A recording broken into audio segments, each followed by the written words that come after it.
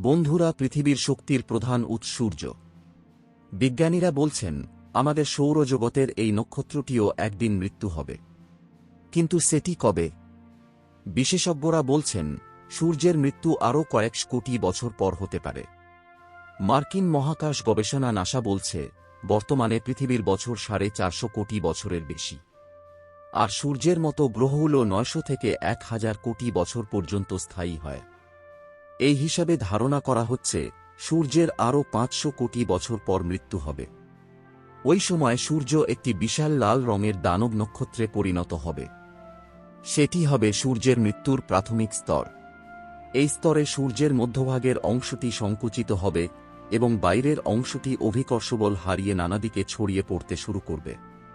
তরল সেই আগ্নেয় পদার্থের স্রোত পৌঁছাবে মঙ্গল গ্রহ পর্যন্ত। সেই হিসেবে সূর্যের মৃত্যুর প্রাথমিক স্তরেই বুধ, শুক্র, পৃথিবী ও মঙ্গল গ্রহ ধ্বংস হয়ে যাবে। বিজ্ঞানীরা বলছেন একটি নক্ষত্রের মৃত্যুর অর্থ হল সেটির জ্বালানির মজুদ শেষ হয়ে গেছে। আর সূর্যের জ্বালানি হল হাইড্রোজেন। যখন সূর্যের মৃত্যু হবে তখন এর হাইড্রোজেনের মজুতও শেষ হয়ে যাবে। যুক্তরাজ্যের ইউনিভার্সিটি অব ম্যানচেস্টার সূর্যের উদ্ভব ও পরিণতি সম্পর্কিত একটি গবেষণা প্রবন্ধ প্রকাশ করেছিল 2018 সালে।